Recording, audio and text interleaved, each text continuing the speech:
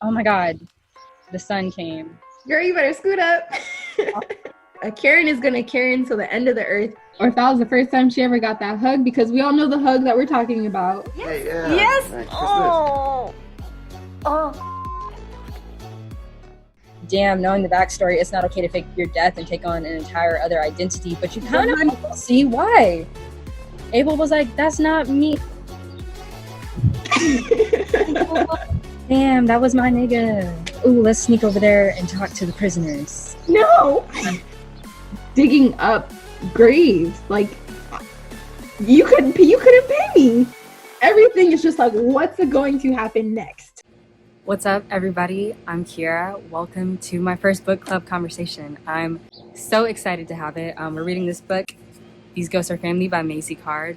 This book is everything that we need right now. It is a cultural cleanse. We're talking about discussion of infidelity and love loss and family ties and breaking generational curses and spiritual beliefs, slavery, anything that you could think of, anything that you can name, it is in this book.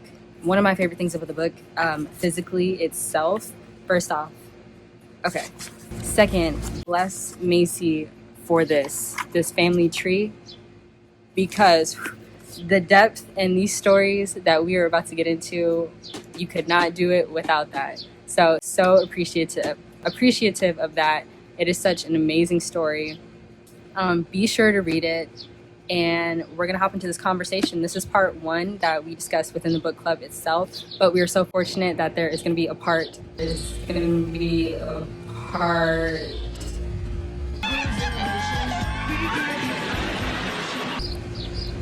This is part one that we discussed for the book club itself, but we are so fortunate that there is going to be a part two, and we actually get to talk to Maisy Card herself and ask her a few questions about the book. So without further ado, here is your spoiler alert. We are about to hop into the conversation of These Ghosts Are Family.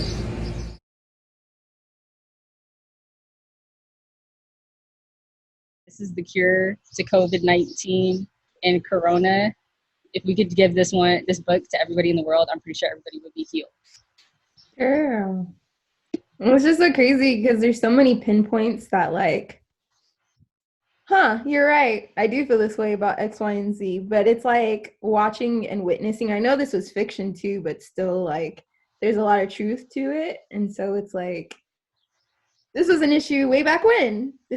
And seeing how I have nothing to do with this family, but like seeing how those same issues have played roles in like my life and my family's lives. And it's just like, okay, I feel seen. I feel read. Just read me my ancestry chart. Like 1, 2, 3 and me has nothing on this book. So if you're in his shoes and you, not as yourself, not as your morally conscious Janiece, but if you step into an unburdened life with very few responsibilities, but a grandma that you gotta occasionally send a little check to, are you gonna take the leap? Or are you gonna stay with a partner who is constantly like degrading you and devaluing you in a relationship, and kids who hate you, and a whole city who laughs at you, and an entire police department who thinks you're a joke and will get you shot if they go out with you? Get you shot. I don't know about that. You're being fucking haunted. You're being haunted on top of all of that.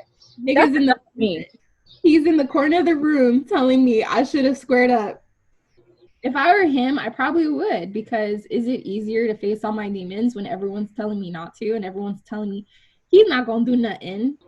And it's not justifying what he did at any point, but I'm just like, man, you have gone through so much and you're still just trying to provide for your family. And then these niggas, the respect of knowing who you are in distinction to the only other Black person on the whole fucking ship. Like, slide into this other person's personality, like, or other person's life, like, no strings attached. You're not really affecting anybody. I mean, kind of, because you left your family behind. Yeah. Little aspect. But then it knowing that they was going to collect that life insurance. Huh? And knowing that they was going to collect that life insurance. That's true too, though. That is true. They were taken care of. But then also, like, it sucks because it's like, lived a very hard and long life, and it's like he stepped out of that shit into some other complexities that I don't even think he could have ever foreseen. One thing I wanted to talk about is like specifically with Abel, but maybe in like a broader sense too. How do you tell your family that they don't exist? And see, and everyone's reactions Literal to sense it. of the book, but also like maybe like in terms of people who are living like day by day and not personifying anything, I don't know, legendary or remarkable, or like I don't know how you tell someone they're not real. I think it also like speaks to how like physical and tangible family ties are. Because remember when he told like his real daughter Irene, and she like laughed, said bet, grabbed her things, and did that Olivia what is it called the Viola Davis walkout. It was like okay. This was relieved. And so I'm just like, wow, like you could have walked away from this man at any point in time. Oh wait, I think you mixed them up. Estelle is the one that laughed at him. Exactly. Yeah. Estelle. Okay, yeah. So she was the one who laughed and like bounced. Irene was like, I'ma just pretend none of this happened. Irene said, I came here. Can you just give me my check? My last day working here. Right? So like, in talking about names, I think like Debbie, but I was thinking of her like as a daughter, being a daughter of that man who like had her when he cheated, take on his last name. I think she's like Estelle's counterpart and like her parallel character, only because it's like Debbie is that man's daughter, like his blood. And she just wants the name so bad, but no matter what, no matter like if she got the name, she'll never 100% be a part of that family. Yeah. They see her as like this bastard child who was like, he cheated on his wife and had her. Where like Estelle, she is blood and she is a family member and she has this name, and once she like no longer has it, she feels so free. But that doesn't matter because at the end of the day, like she's always going to be a part of this family. And so it's like Estelle not having that name and not really being able to disconnect from those family ties, even though she was able to like spiritually, that's still her family, like at the end of the day. Where like Debbie, even though she has like this old Harold Fowler diary, even if she had the family name, she's really not in the family. Debbie being like Estelle's parallel, like both of them living off of their daddies, both of them being like artists. But Wait. But connecting the two, the entitlement, because Estelle coming into Corinne, is that her daughter's name? Corinne is living her life expecting her mom to mooch off of her. It's the entitlement, the like, yeah, I see. No, it's not for you. Oh. I was like, yeah. But the entitlement that like both of them felt in terms of like, this is my book. Even though, okay, so for both of them, Debbie, you was flued out, girl. When she ripped that journal up, you know how pissed that professor must have been? I feel him on like a spiritual, like I did not just fly out this white girl. And that was the whole point. That was the whole point. I'm out there and speaking with him, and then you're just gonna go out in the water and rip it up. The whole point. And so that entitlement of like, I don't care what y'all are going through. This is what I'm going through, and there's no bigger picture. But then relating that to like Corinne and how she bent over backwards to make sure her mom had access to her in every possible way. And then for Estelle to like completely, you're gonna help me get sober. And I want you to document it because I want to profit off of it. Like, fuck you and our relationship and me being a mother figure towards you. But like,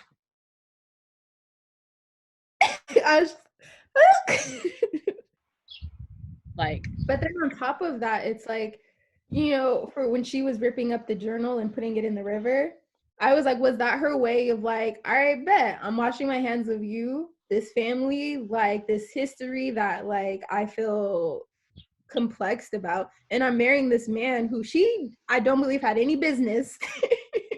They didn't give us the details. They did not give us the details on their marriage or them dating. But it really like the little snippet they came off kind of like fetishism kind of. I don't know if I'm overstepping. What page is that? But all of a sudden, you're in a relationship with this dude who smiled at you. Like, you can get the fuck out of here. I wrote something down about Abel switching his identities, and I think it was Irene who was really just sitting there contemplating, like, once he told them that he was their father, she was sitting there thinking about, like, if somebody else had her life in the world, would they wear it better than she would? I don't know why. That just made me feel like, sis, I don't know. I don't know if it hit you like it hit me. I don't know if I want to talk about that yet. Can we talk about if allyship is real? If what? Allyship? Is it real? In terms of Debbie? Or anyone. Both. Is Debbie's allyship real, and is like the broader term allyship, is it real? I say no, because at the end of the day, as someone who, this isn't your story, this isn't your struggle, this isn't your lane, and that succeeds, like, you know, white and black, because, you know, we think of allyship as in like white people like supporting black folks, saying Black Lives Matter, right? Like, that's where our minds first go to. But then I just think of like, when something's not your lane, like, mind your business. And you doing the extras, I think sometimes can be kind of like more harmful than good. Like, I didn't like the relationship with the museum person that Debbie met, because she knew what she was doing. She was like, I have this book, I'm not gonna give it to you, but I have this book to try to get ahead. And it's like, knowing, oh girl, now you're gonna like bring up the feelings, but it's like knowing what that means to us, finding our history, and knowing what that means to like artifacts and museums.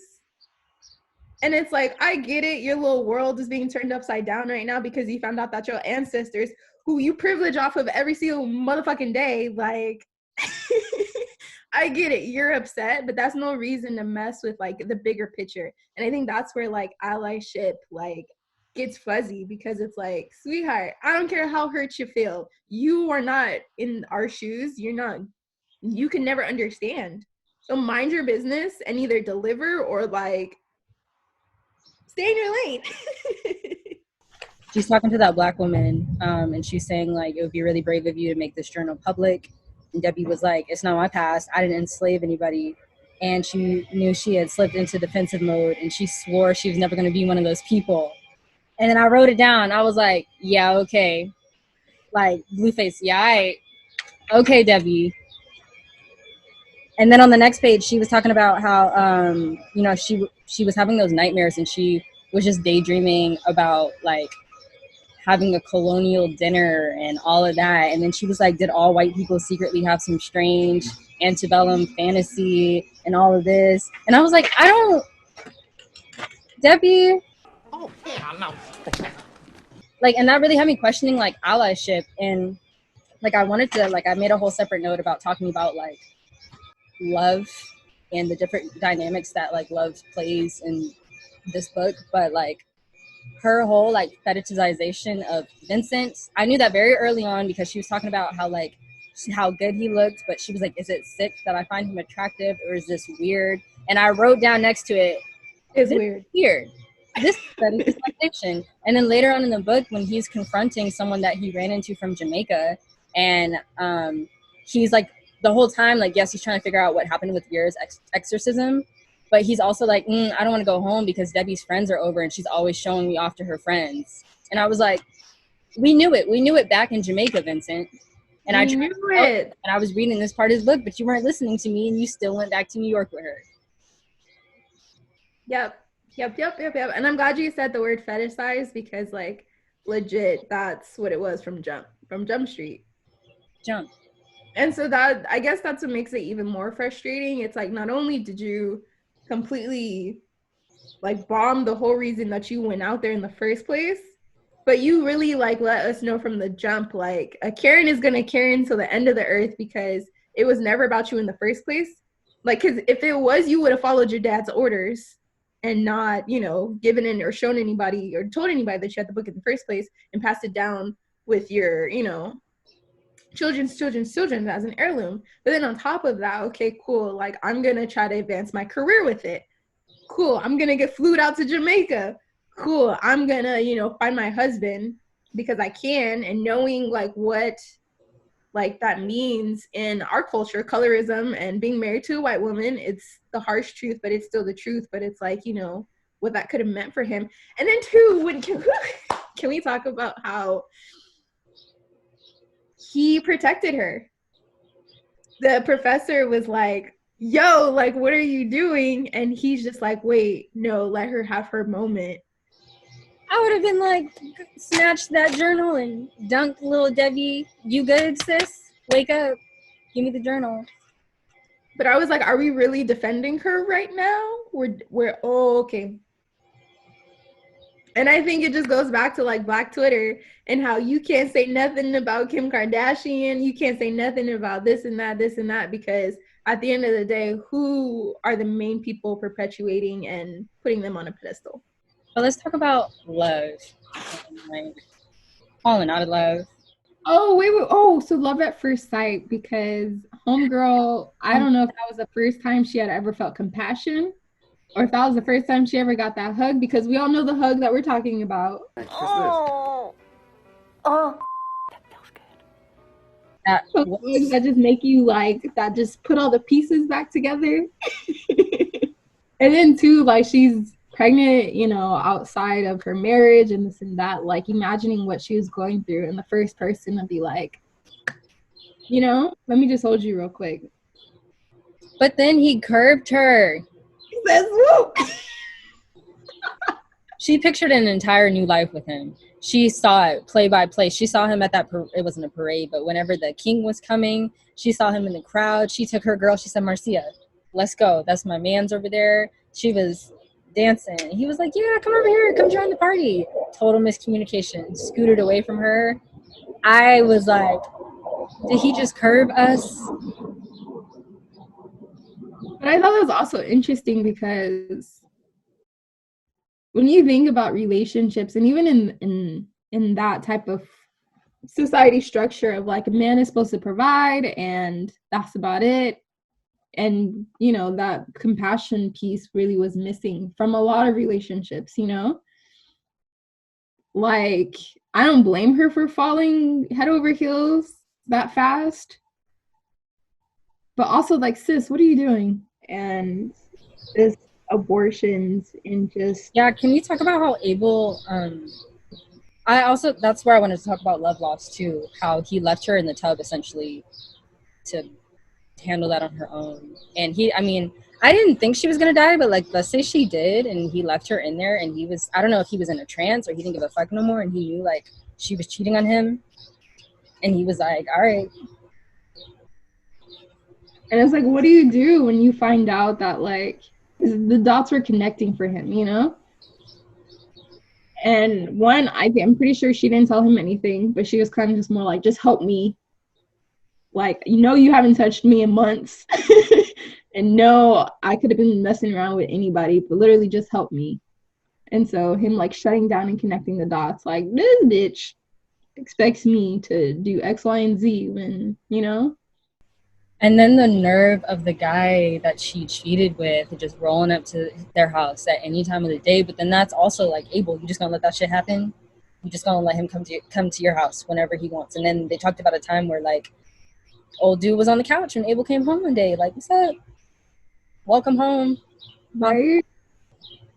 I also think it's interesting, and why he could have like really just been like fell out of love with her already to that point, because he was working this job that he didn't want to work, that he was humiliated from like his, everybody else around, and that messed him up too. And so like, Vera putting all this pressure on him to, I don't know, provide. And it's like, fuck you. Like, I'm just, saying like, probably where his head was at. I'm going through all of this. Like, you're just so. And then that man, he has PTSD, and she's almost in the mind state of like, get over it. And he's exactly. Like, I watched someone die, and I'm daily blamed. Like, I'm blamed on the daily for his death. I hear it every single day, like, oh, I hope I don't get shot in the back when I go out on this mission with you or whatever. And she does not care. And in the book, like, I was like, shit, because they talked about how like whenever she touches him, he flinches. And she's just like, okay, Abel, like, get it together. And I'm like, this man is not okay. And you don't care. And then too, just the complexity of like who his partner was to him. Because it's not even like he liked his partner. It's not even like he liked his partner, but who he was in terms of like teaching him the game, but then also like him being like this another person who looked down upon him and didn't treat him the best, and could have got him in a lot of trouble at any given point in time if someone would have just been like, where's Abel and homeboy, and knowing that he's chasing these women. And so I'm just like, on top of this complex relationship that he didn't want to be in, and this complex job to provide for this lifestyle of this princess who like, isn't happy with the status quo. On top of that, like, you're not even giving me the time to like process. Fuck you. Like, and then you go and sleep around with this nigga who was on my couch. And the only reason she wanted to be with Abel in the first place is because he beat another nigga up for her. Yes. It had nothing to do with chivalry. It had nothing to do with money. She hoped that the money would come later, and it kind of sucks because it's like she went with this man because she saw potential.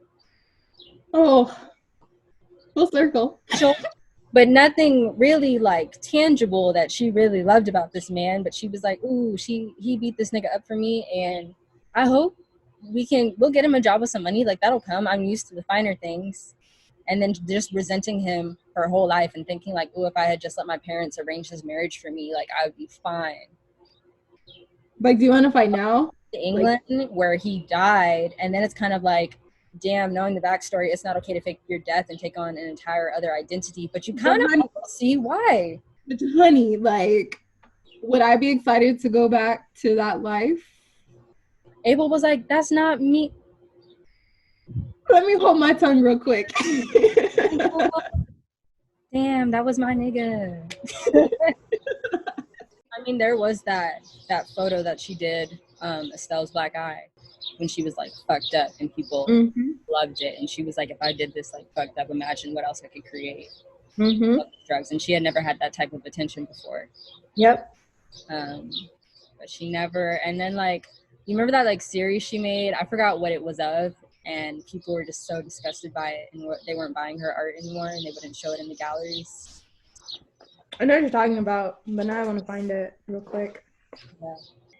And then it broke my heart because it's like this photo that everyone just like praised, even though it was so ugly. She was so proud of it, and people bought it, and her father hated it, and he kept taking it down. And she was just saw that. It don't matter what I do. It don't matter how many people love it and how much attention I get. Like, I can do nothing to please you.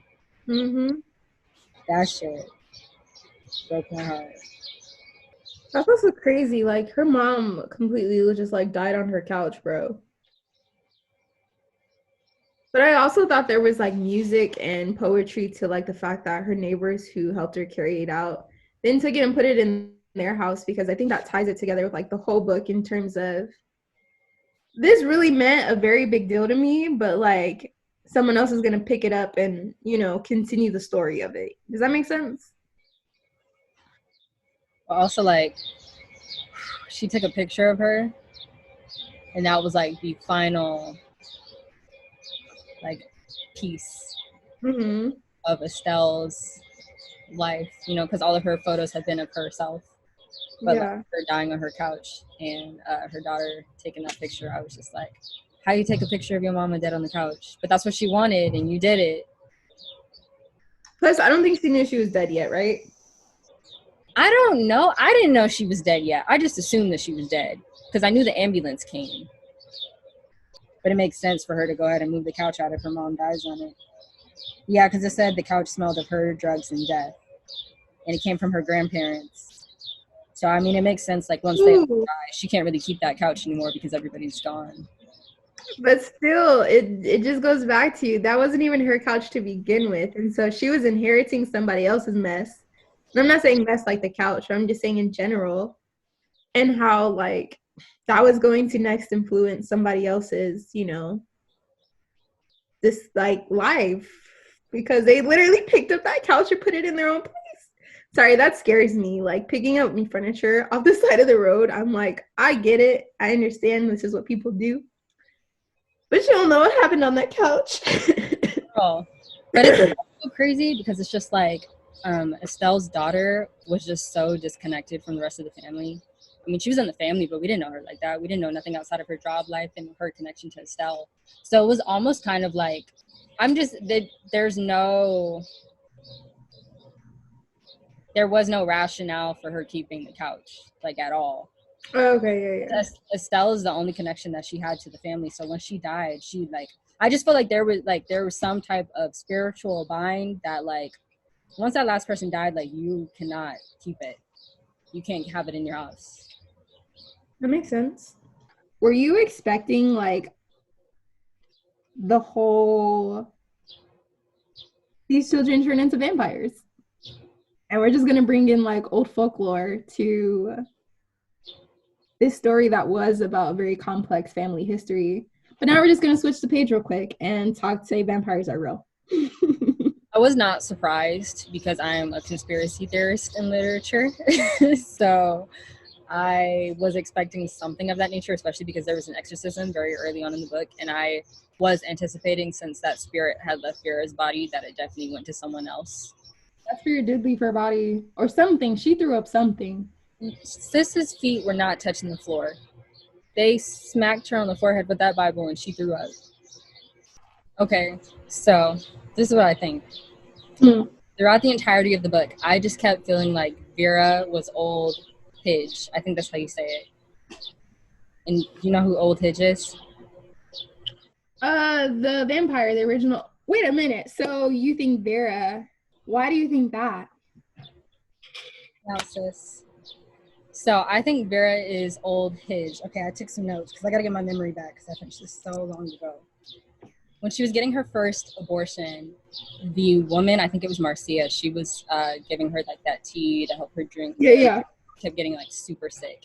And Marcia, the first thing she said to her was like, well, everyone has someone else inside of them. I was like, that's such a weird thing to say, but I highlighted it and I took note. And so then we moved forward, and I'm pretty sure that she like turned Bernard into this vampire-ish sort of spirit. Okay. Because he took the girls, and then the girls turned into. And then Bernard claims that they had several babies and Vera had several abortions. I don't think she ever had abortions. Wait, when was this? Hold on. Bernard fought with Vera often because he got her pregnant supposedly like 3 times. Vera definitely got pregnant by him a couple times because he wanted a family and she wouldn't give it to him. Yeah. But I don't even think like when she supposedly was pregnant by him, I don't think she could have kids. She couldn't have kids because she was a vampire essentially.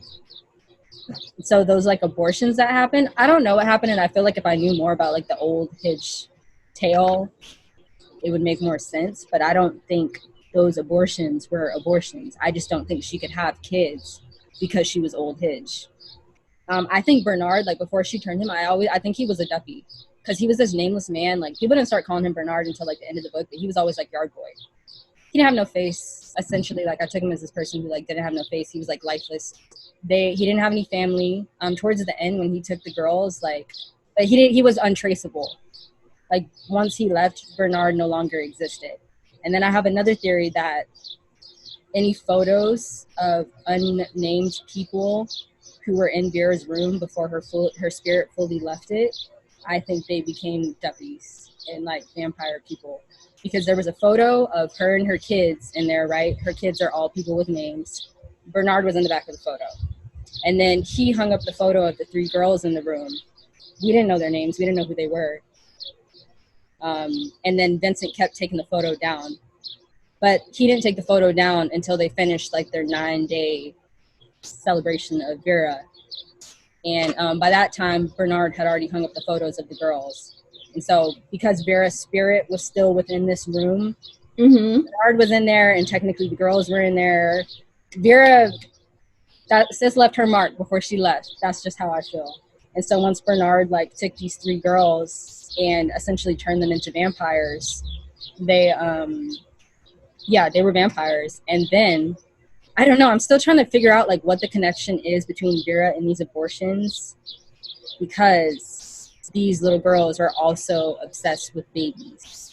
And part of me was like, I'm trying to find the connection, because there is some type of connection.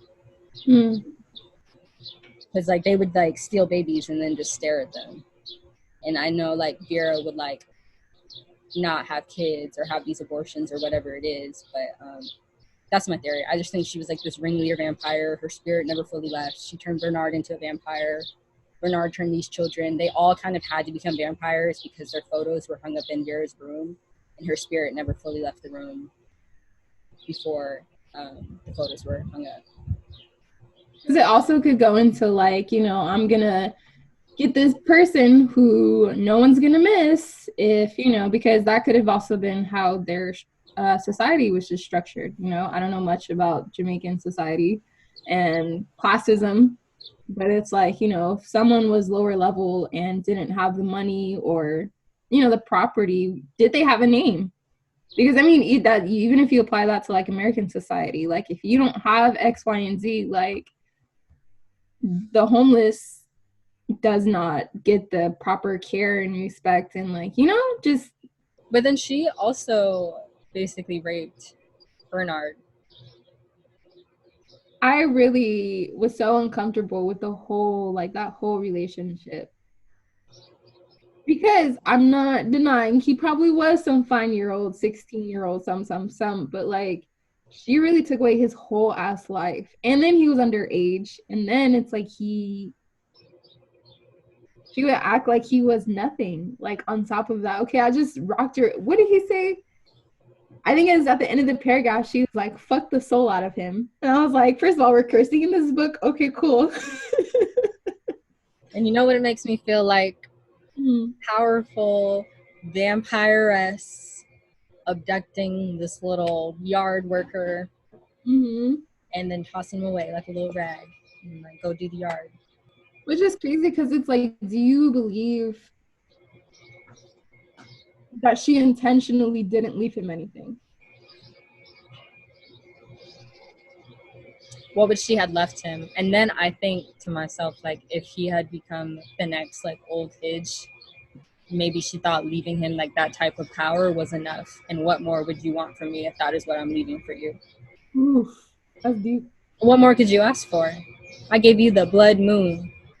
Even after that exorcism, when Vera was like alone and recovering, I forgot his name, but Vincent's like friend who had helped with the exorcism, like yeah, I know about. He raped her, and I was just like, but it's crazy because all the elders or whatever left the room and they were like, finish it. And it's like, is that what you meant? Oh like, my gosh, I didn't even think about that. But it's like, is that what you meant, or did he take advantage of my mother?